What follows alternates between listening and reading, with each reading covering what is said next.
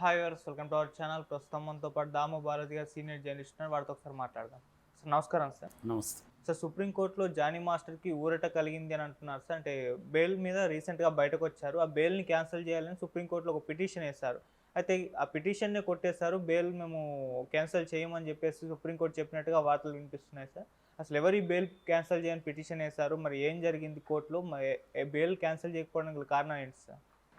Johnny master కి October 24న bail ఇచ్చారు. ఆయన దాదాపు 36 డేస్ జైల్లో ఉండి బయటకు వచ్చాడు.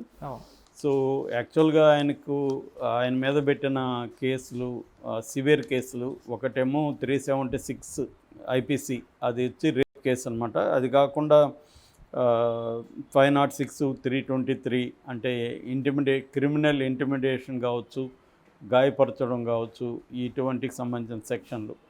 ఇది కాకుండా POCSO, protection of children from sexual offences, ఈ యాక్ట్ కింద కూడా ఆయన మీద కేసు పెట్టారు. అన్నిటికంటే ఇది రిగరస్ యాక్ట్ అనమాట. మామూలుగా పోక్సో కింద అంత త్వరగా బెయిల్ రాదు, ఎందుకంటే అది జెండర్ న్యూట్రల్ యాక్ట్ అంటారు. 18 ఏళ్ళకి తక్కువ ఉన్న పిల్లలు, టీనేజర్స్, అంటే మగపిల్లలైనా ఆడపిల్లలైనా వాళ్ళ అనుమతితో సెక్సువల్ అఫేర్ ఉన్నా లేదా ఫోర్స్గా ఉన్నా వాళ్ళ మీద పోక్సో కేసు ఉంటుంది. సో ఈయన మీద స్రష్టా వర్మ అని ఈయన దగ్గర పనిచేసిన కొరియోగ్రాఫరు, ఆ అమ్మాయి, తనని కొన్ని ఏండ్ల పాటు ఇతను లైంగికంగా ఉపయోగించుకుంటున్నాడు. నేను బిగినింగ్లో ఆయన దగ్గర చేరినప్పుడు 2019 ఆ ప్రాంతంలో ముంబైకి తీసుకెళ్ళాడు. అక్కడ బలవంతంగా నన్ను గదికి పిలిచి రేప్ చేశాడు. ఇప్పటి నుంచి నా మీద దాడులు చేస్తున్నాడు, అనేక చోట్ల చేస్తున్నాడు, వ్యాన్లోకి తీసుకొచ్చి రకరకాల పనులు నా దగ్గర చేయిస్తున్నాడు. ఇవన్నీ ఆమె కంప్లైంట్. మామూలుగా ఏంటంటే పోక్సో కింద ఆమె ఒకవేళ వీళ్ళు చెప్పేది ఏంటంటే ఆమె ఇన్నేళ్ళు ఎలా ఫోర్స్గా చేస్తుంటే గమ్మని ఉంటుందా, ఆమెకు కూడా నచ్చే చేశారు. ఇద్దరు అంగీకారంతోనే జరిగింది. వాళ్ళిద్దరూ హీరోయిన్గా కూడా సినిమా స్టార్ట్ అయ్యేది ఆగిపోయింది. అప్పుడు కూడా ఆమె పోడింది 2022లో. ఒక నెలకు ముందు కూడా ఒక ఫంక్షన్లో ఈమె అతన్ని పోడింది. కాబట్టి క్లియర్గా ఏదో వాళ్ళిద్దరి మధ్య విభేదాలు వచ్చాయి, అందుకని ఆమె కేసు పెట్టింది అనేది. ఆ తర్వాత వీళ్ళ డ్రైవరుకి ఈమెకి నడిచిన ఆడియో కాల్ కూడా బయటకు వచ్చింది. అందులో కూడా క్లియర్గా ఆమె అసంతృప్తి వ్యక్తం చేస్తుంది. తనను వదిలిపెట్టి భార్య దగ్గరికి కంప్లీట్గా వెళ్ళిపోయాడు అని అక్కడ కూడా ఆమె అసంతృప్తి ఉంది. సో దానికి సంబంధించి ఆమె ప్రతీకారం తీర్చుకోబోతుంది అన్నట్టుగా కూడా దాంట్లో ఉంది. ఒక రకం బ్లాక్మెయిల్ చేస్తున్నట్టుగా కూడా క్లియర్గా ఉంది. కానీ ఇక్కడ పరిస్థితి ఏంటంటే ఆమె అంగీకారంతో ఇతనితో గడిపినా కూడా ఒక మైనర్తో ఈయన లైంగిక సంబంధం పెట్టుకొని ఉన్నట్టుగా ప్రూవ్ అయితే మాత్రం ఈ పోక్సో కింద మినిమం 10 ఏళ్ళు జైలు శిక్ష ఉంది, మ్యాక్సిమం లైఫ్ పడే అవకాశం కూడా ఉంది. అందుకని బెయిల్ కూడా డిఫికల్ట్ అవుతుంది. కానీ ఈయనకి ఒక రకంగా త్వరగానే బెయిల్ వచ్చినట్టుగా, అంటే ఫస్ట్ రంగారెడ్డి కోర్టు రిజెక్ట్ చేసింది ఈయన బెయిల్, తర్వాత ఈయన హైకోర్టు కేసుకున్నాడు. హైకోర్టులో ఈయనకి బెయిల్ ఇచ్చారు. మామూలుగా అయితే ఇండియన్ క్రిమినల్ జస్టిస్ సిస్టంలో bail is the rule, jail is exception అనే సుప్రీంకోర్టు కూడా అనేకసార్లు వ్యాఖ్యానించింది.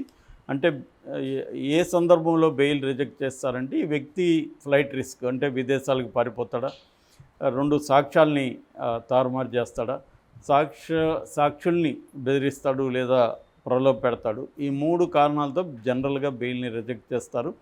బట్ ఈయన తరపున ఆర్గ్యూ చేసిన అడ్వకేట్స్ ఈ 3 కూడా ఈయన చేసే ప్రసక్తి లేదని చెప్పడం, దాంతో కోర్టు కూడా కన్విన్స్ అయ్యి అక్టోబర్ 24న ఈయన బెయిల్ ఇచ్చింది. అయితే ఈ స్రష్టా వర్మ ఈయన బెయిల్ని రద్దు చేయడానికి తన ఒక అడ్వకేట్ ద్వారా సుప్రీంకోర్టులో బెయిల్ రద్దు పిటిషన్ వేసింది. అది నిన్న విచారణకు వచ్చింది.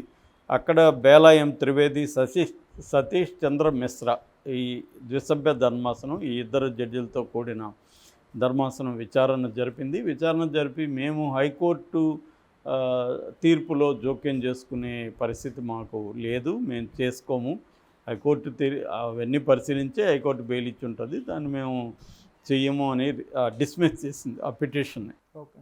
ఇది ఒక రకంగా జానీ మాస్టర్కి ఊరట అని చెప్పొచ్చు. ఒకవేళ సుప్రీంకోర్టు కానీ ఈ బెయిల్ రద్దు పిటిషన్ క్యాన్సిల్ చేస్తుంటే ఈయన త్వరగా మళ్ళీ బెయిల్ వచ్చే అవకాశం లేదు. ఎందుకంటే మళ్ళీ ఈయన సుప్రీంకోర్టులోనే బెయిల్కి అప్లై చేసుకోవాల్సి ఉంది. ఇబ్బంది అయింది అది. కనీసం ఇప్పుడు ఆయన మళ్ళీ మెల్లగా లైఫ్లోకి వచ్చాడు. ఈ లోపల ఆయన వాళ్ళ మదర్కి హెల్త్ బాగాలేకపోవడం ఇవన్నీ జరిగాయి. ఆయన బయటకు వచ్చినాక కూడా జైల్లో జీవితంలో జైలుకి వెళ్ళకూడదు, నేను నరకం చూశాను ఈ 36 రోజులు అవన్నీ కూడా చెప్పాడు. కానీ డీటెయిల్గా కూడా చెప్తానన్నాడు, కానీ డీటెయిల్గా చెప్పలేదు. తర్వాత ఇటీవల ఒక సినిమా ఫంక్షన్లో కూడా ఆయన మాట్లాడాడు, నేనేంటో చూపిస్తాను అవన్నీ కూడా చెప్తున్నాడు. మేబీ ఆయన ముందున్న ఇదేంటంటే ఆ అమ్మాయితో ఏదో ఒక అవుట్ సైడ్ కోర్టు బయట ఒక రాజీ పోవాల్సిన అవసరం అయితే అతనికి ఉంది. అంతే తప్ప ఆ అమ్మాయిని ఇప్పుడు ఏదో బెదిరించో ఇంకోటో చేస్తే కుదరదు. ఆ అమ్మాయితో రాజీ పోయి ఆమె మరి ఏం డిమాండ్ చేస్తుంది, డబ్బులు డిమాండ్ చేస్తుందా, పెళ్లి చేసుకోమంటుందా, ఇంకోట అనేది చూసి దాన్ని బట్టి రాజీ పోవాల్సిన అవసరం ఉంది. కాకపోతే ఇక్కడ ఏంటంటే పొలిటికల్ కోణం కూడా చోటు చేసుకుంది. ఇతను జనసేనలో ఉండడం వల్ల ఇతనికి వ్యతిరేకంగా అల్లు అర్జున్ ఆ అమ్మాయి వైపున నిలబడ్డాడు. అందుకనే ఆ అమ్మాయి స్ట్రాంగ్గా ఇతని మీద పెట్టింది. నిజానికి ఆ అమ్మాయి ఫస్ట్ ఇతని మీద లైంగిక ఆరోపణలు చేయలేదు. ఎందుకంటే ఇక్కడ ఫిల్మ్ ఛాంబర్కి వెళ్ళింది. ఫిల్మ్ ఛాంబర్కి వెళ్ళి ఆ అమ్మాయి కంప్లైంట్ ఇచ్చింది, వర్క్ ప్లేస్ హరాస్మెంట్ అని చెప్పింది తప్ప లైంగికంగా తనని రేప్ చేశాడని ఇంకోటో కంప్లైంట్ చేయలేదు. వాళ్ళు ఇతను వాంగ్మూలం తీసుకున్నారు, ఆ అమ్మాయి వాంగ్మూలం తీసుకున్నారు. వాళ్ళు ఏదో పంచాయతీ చేస్తున్న క్రమంలో ఈమె సడన్గా వెళ్ళి రాయదుర్గం పోలీస్ స్టేషన్లో కేసు పెట్టింది. రాయదుర్గం పోలీస్ స్టేషన్ వాళ్ళు 0 FIR అంటారు. 0 FIR అనే కాన్సెప్ట్ ఈ మధ్యకాలంలో వచ్చింది. బిఎన్ఎస్లో దాన్ని కూడా చట్టబద్ధం చేశారు. 0 FIR కాకుండా ఆన్లైన్ FIR కూడా చట్టబద్ధం చేశారు బిఎన్ఎస్లో. అంటే మన ఎక్కడున్న పోలీస్ స్టేషన్లో వెళ్లకుండా ఆన్లైన్ ఇచ్చినా కూడా పోలీసులు కంప్లైంట్ తీసుకొని మనకి అక్నాలజ్మెంట్ ఇవ్వాలనేది బిఎన్ఎస్లో ఉంది. అయితే అంతకు ముందు నుంచి కూడా 0 FIR ఉంది. 0 FIR అంటే మనకి క్రైమ్ ఎక్కడ జరిగితే అక్కడికి వెళ్ళి ఆ సమీపంలో ఉన్న పోలీస్ స్టేషన్లో మనం కంప్లైంట్ చేయొచ్చు. దాన్ని వాళ్ళు ఏంటంటే క్రైమ్ చేసిన వ్యక్తి లేదా విక్టిము ఆ పోలీస్ స్టేషన్ పరిధిలో లేకపోయినా, మామూలుగా ఇంతకుముందు అయితే ఇది మా లిమిట్స్ కాదు, మీరు అక్కడే ఉండని పంపించేవాళ్ళు, ఈ లోపల జరగాల్సిన ఘోరాలు జరిగిపోయాయి. అందుకని ఈ మధ్య రూల్ ఏం పెట్టారంటే గత కొంతకాలంగా ఎక్కడ పోలీస్ స్టేషన్లో కంప్లైంట్ ఇచ్చినా తీసుకోవాలి, దాన్ని 0 FIR అంటారు. దాని తర్వాత సంబంధిత పోలీస్ స్టేషన్కి దీన్ని ట్రాన్స్ఫర్ చేయాలి. అలాగే రాయదుర్గం వాళ్ళు తీసుకున్న తర్వాత నార్సింగ్ పోలీస్ స్టేషన్కి వాళ్ళు చేశారు. నార్సింగ్ వాళ్ళు నమోదు చేసుకుని ఒక 4 రోజులు ఇతను ఎస్కేప్ అయి ఉన్నాడు, గోవాలో పట్టుకున్నారని చెప్తున్నారు. గోవాల నుంచి పట్టుకొని వచ్చి అతన్ని కూడా విచారించి అతను వాంగ్మూలం తీసుకొని అతను కన్ఫెషన్ స్టేట్మెంట్ తీసుకున్నాక అతన్ని కోర్టు పెట్టారు. రిమాండ్ రిపోర్ట్ కూడా సబ్మిట్ చేశారు. రిమాండ్ రిపోర్ట్లో ఆ అమ్మాయి ఏమేమి చెప్పింది అనే దాన్ని వాళ్ళు డీటెయిల్గా ఎట్లా చేశారు. తర్వాత ఇతను వీళ్ళ భార్య ఆయేషా అలియాస్ సుమలత వాళ్ళిద్దరూ కలిసి కూడా ఈమె మీద దాడి చేశారని, బెదిరించారని ఇటువంటి ఆరోపణలు కూడా వచ్చాయి. అయితే ఇతను జైలుకి వెళ్ళిన తర్వాత వీళ్ళ అమ్మ కూడా సీరియస్ అయ్యి హాస్పిటల్లో జాయిన్ అవ్వడం ఇట్లాంటి పరిణామాలు చోటు చేసుకున్నాయి. ఏదేమైనా ఇతను ఇప్పుడు 1 లీగల్ బ్యాటిల్ చేసుకుంటుండాలి, 2 ఆ అమ్మాయితో రాజీపోయిన